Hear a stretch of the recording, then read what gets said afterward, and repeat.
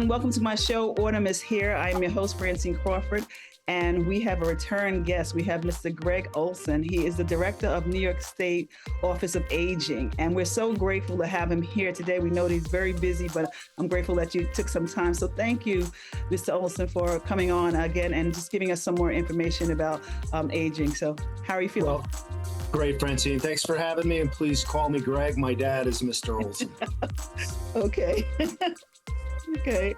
So before we had a great interview and you were giving us some information about some of the things that may be changing from the federal standpoint and some things that may be eliminated, the help that we have for people that are aging. So can you tell us, is any of those things, any of those programs like protective services and things like that, have they been eliminated, or what's the deal with them now? Yeah, so thanks for the question. And most of the things that were in the proposed, and I say proposed because they're not done until they're done, in the Health and Human Services budget would have really been devastating for not only just older New Yorks, but anybody in healthcare, long-term care. The overwhelming majority of those proposals were not passed by Congress. I think the two big ones that have changed things, and people have been talking about it for a while, is H.R. 1. That was, quote unquote, the big, beautiful bill, which was really anything but. And what it did is it took $1 trillion out of Medicaid, which would affect, everything, healthcare providers, long-term care providers, hospice, palliative care, medical transportation, personal care, hospitals, nursing home beds, et cetera. So, that's a big hit to the states. Our Governor Hochul, has really stepped up to try to fill the gap of any unintended consequences. The other big one was $300 billion that was cut for the SNAP program, the Supplemental Nutrition Assistance Program, which is really important for us. All of it's important for us. But why that's important is because we have a lot of older adults, a lot of families, but older adults that rely on SNAP to buy the nutritious food to keep them healthy. And our average older adult receives about $220 a month. So you're talking about $2,600 a year that could have potentially been impacted. So luckily, after a 43-day government shutdown, SNAP is open again. The Home Energy Assistance Program is open again. But many of the costs that were passed on to the states for SNAP are going to be passed on to the counties. So there is going to be some impact, but shouldn't be on actually what the benefits are. There are some new work requirements, but volunteering also meets some of those work requirements. And that's never been the case for older people, but for people who are 64 and under, and our primary group of people that we serve are 60 and older. So the 60 to 64s will have to meet those work requirements and or volunteer requirements if they don't meet some of the exemptions. But outside of that, not that that's not bad enough, all the other things that I talked about last time were not accepted by the Senate or the House. Awesome. Okay, great. It's good to hear some progress, some good things. So that's awesome. So today I was very interested in talking about scams. Older people are succumb to some of the scams that they have, and they get a little bit more sophisticated. And I wanted to know, like, some of the things that were going on out there now, and how do we prevent that or recognize it? Yeah, and I'm really glad you're covering this topic. I was interviewed this morning on the same topic by the Wall Street Journal. So I'm glad there's more attention to this. I'm going to first, and then I'll get to your question on older adults. Scams impact everybody. My 21-year-old daughter had her Venmo account, all the cash from her Venmo account stolen. This is definitely not an older adult issue, but many target older adults. Only 1 in 44 cases ever gets reported. And there's a variety of reasons for that. People, are afraid to say something. They're afraid that they may lose their independence. But scams, and I'm sure this is conservative. According to the AARP, scams and financial fraud cost older adults about $29 billion a year. And you're right. They target older people. Technology, the advent and the very fast movement of artificial intelligence makes scammers more sophisticated. But why I'm so happy you're doing this, Francine, is that while scammers are getting more sophisticated, the ways to protect yourself are as simple as they've always been. Okay. Okay. So give me some of the things that are happening. Some of the scams. Yeah, so we're going into tax season. So IRS scam pops up this time of year, and whether it be Medicare, the IRS, Medicaid, any government agency is never going to reach out to you ever and ask for your social security number, your personal information. Now, the IRS is something that we've all grown up to fear, right? Because Yeah. of the broad power they have. So if the IRS is calling and saying, I'm making this up, you owe $15,000, in back taxes, in order for us not to send law enforcement out there to arrest you, take care of this charge. That will never happen. So that is a very popular one this time of year. In the November, December, January, it's charity fraud, right? Raising money for charities to help children, to help family members with gifts, things like that. Romance scams are very popular. Text scams are very popular. And that would be where you're on your computer, you get something flashing on your screen that says there's something wrong with your computer or there's a scammer. Click this button and we'll help you sort it out. You never click that button because that button is going to allow somebody to take over your computer and get all your personal information, your financial accounts. One of the ones that I've seen over and over, because I get them myself in New York, is didn't pay my throughway toll. So I'll get a text and there'll be a link in it. And they want you to click the link. And what the link allows them to do is take over your phone to get, again, all your personal information. I get them also from the Massachusetts Turnpike. And I know that those are scams. So, for any of your listeners, whenever you're getting emails, whenever you're getting texts that have a link in them, don't click them. It takes 2 minutes to erase those, call your bank or whomever it may come from that looks like a trusted source. Like I got one from my credit union, and it looked exactly like my credit union's logo. And because I do this kind of for a living, I pulled over to the side of the road and I called my credit union and they said, yeah, it's a scam.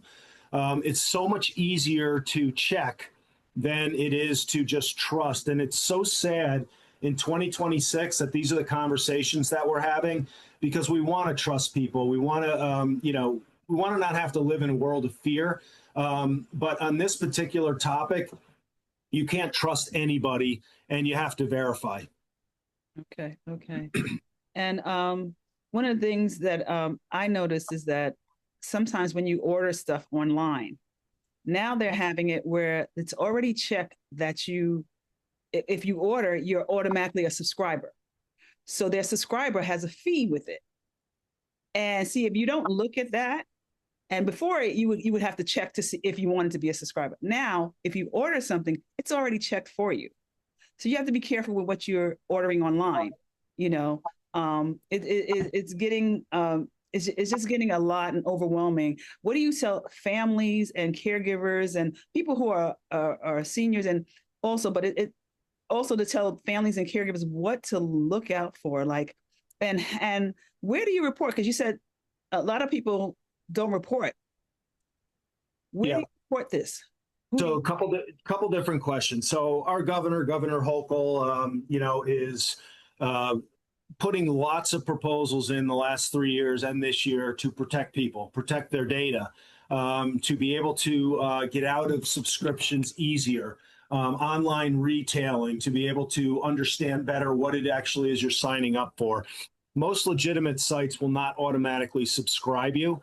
There's a button that you click if you want to get emails, things like that. So I would encourage people not to click it.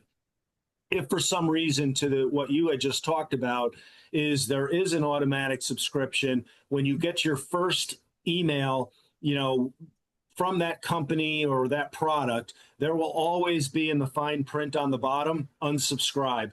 And so you can click that button and every single one that's legit will have that.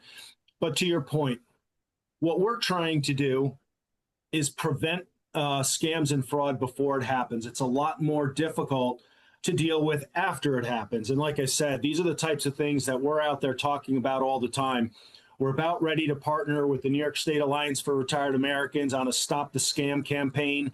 We have partnerships where we're going into communities to teach people about these scams and how to, again, to prevent do that 2-second verification. Don't pick up the phone if you don't know who's on the other line, because if it's somebody you know, they're going to leave you a message, right? So there's those types of things that we're doing to train individuals, to train community-based organizations, to recognize and to train financial institutions so that, the first point of contact is a bank teller. And you can look at kind of the history of the banking account to be able to, again, stop the fraud before it happens. But what do you do if you think that that you're a victim of a fraud? First thing you do is call 911. You have to get the police to come out and file a report so that you have a paper copy that is filed as a starting point. The second thing is ic3.gov. That's the FBI. And they're encouraging people to reach out to them when there's suspected fraud, because usually it's not within a region, a county, or a state. It's a nationwide thing, and that's what the FBI does. And then again, depending on what state you're in, the Attorney General's office in that state also does a lot of work on fraud and scams and so on. But the first thing you got to do is get a police report. If there's no record, then it didn't happen. Oh, okay. Okay.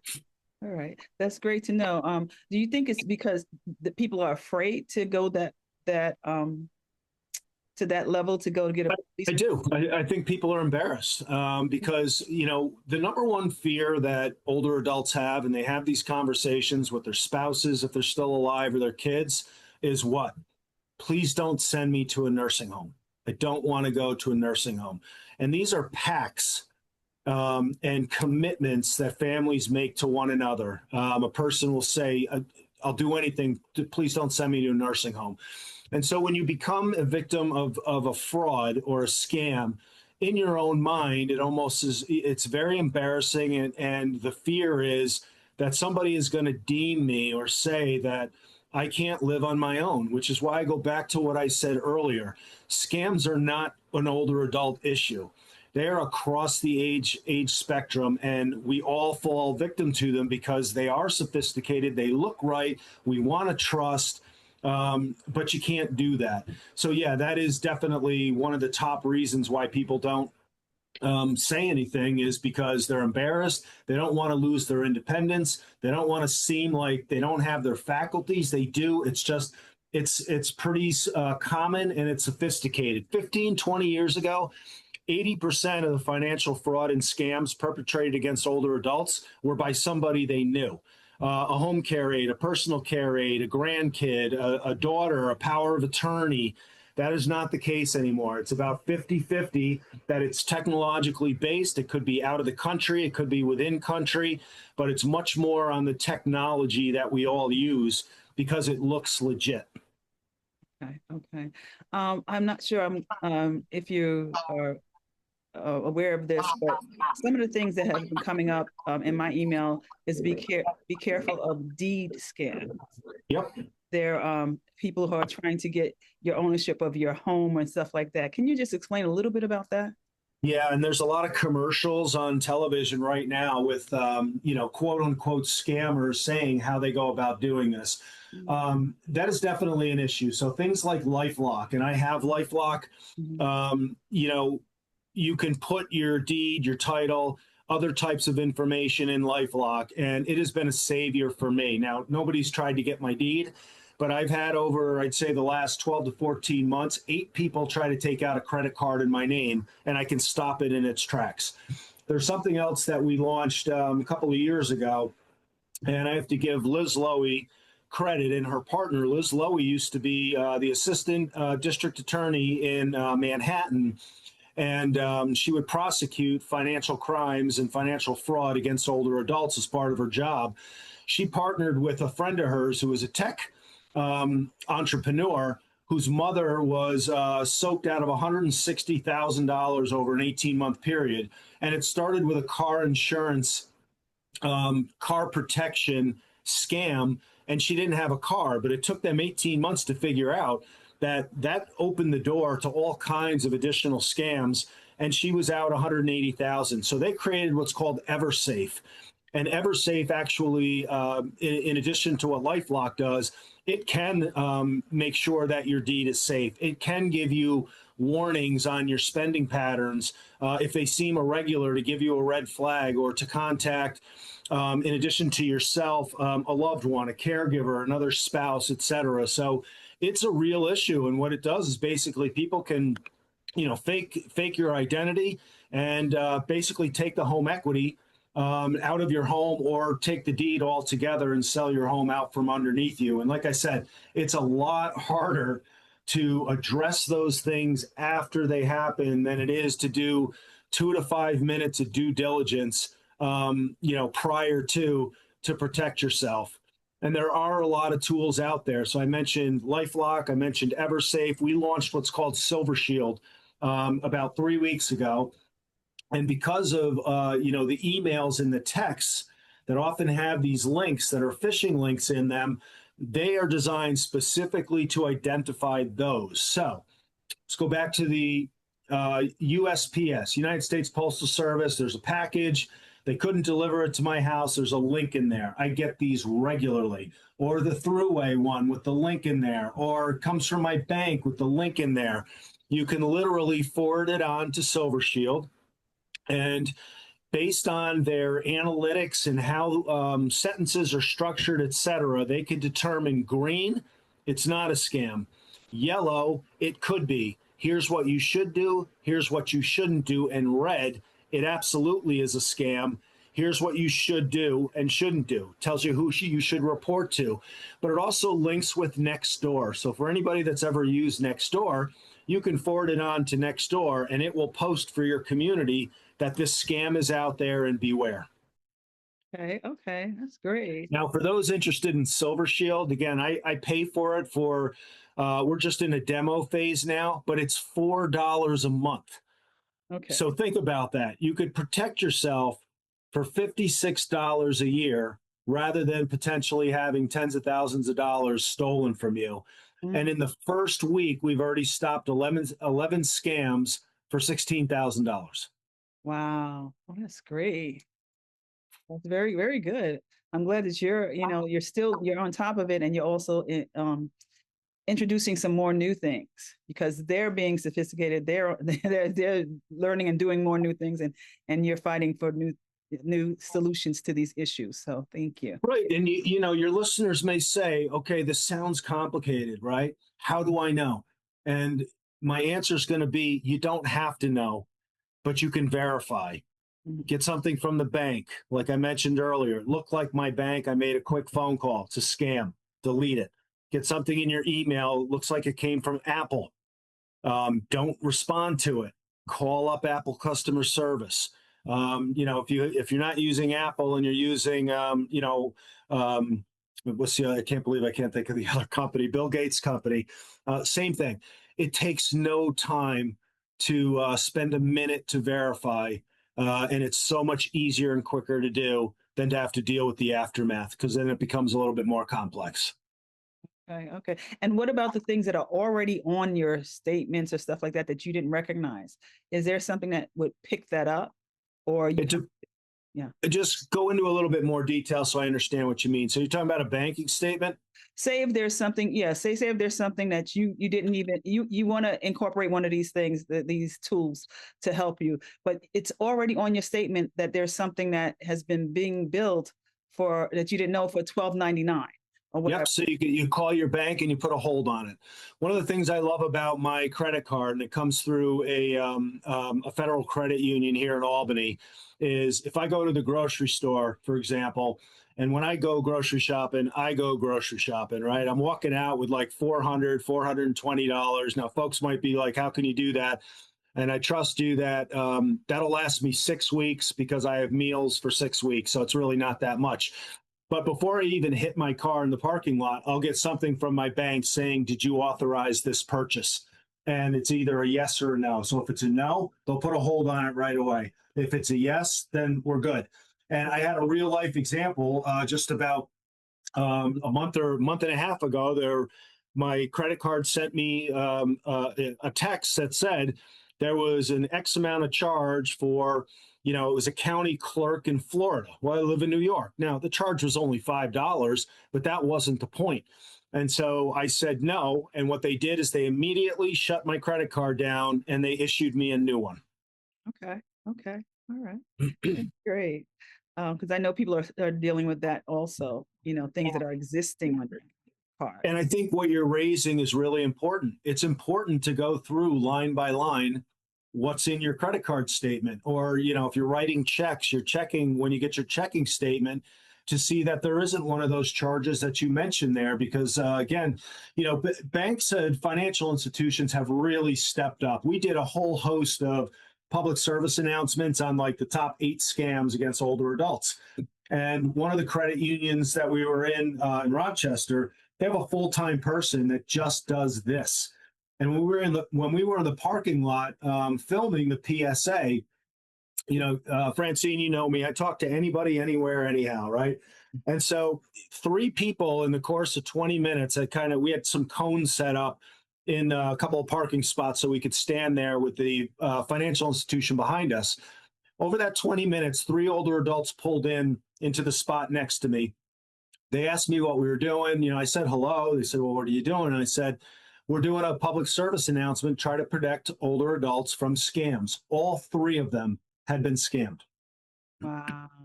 Wow. That is crazy. That's how frequently these things are happening. So, every single day, every day. Wow. Okay. Well, listen, thank you for giving us this information. Is there anything else that you think that we should be aware of or that, we don't know, or just something to drive home? Well, I think if anybody out there wants a little bit more information, like I said, I did 7 public service announcements. So they're very, very short, but they're on the top scams against older adults, how to protect yourself, what the scam is, and what to do in the event that you get scammed. And you asked me about those resources. We have a scam guide, super easy to read, talks about some of the scams, and then resources in New York of where to go. We are sending people out into communities all over the state to do presentations. We do a live TV show twice a month that I do that, we'll have 100,000 people that will watch it because it's important to them. So people can go to aging.ny.gov, and it doesn't matter whether you're in New York or not. It's the same ways to protect yourself, or you can just punch in NYSOFA, which is my organization, New York State Office for the Aging, but NYSOFA scams. It'll bring you right to the page with these resources in them. And like I said, folks, I'm just going to remind you again, take 2 minutes to verify. Don't click any links that you get. No government organization's ever going to reach out to you for your personal information. Don't answer the phone on a phone number that you don't know. Okay. All right. Well, thank you again, Greg. Thank you, Francine. It's so good to see you, and thank you so much for covering this topic. I really appreciate you giving us some time, and the information is so helpful. So thank you, and I wish you luck with all the future endeavors, because I know you're going to keep fighting something. Always going to be fighting for our customers. It's all I care about is the older adults in the state of New York and their families. So you're spot on. I'm going to keep up the fight. Absolutely. All right. Well, take care. You do the same. Thank you so much. Bye-bye.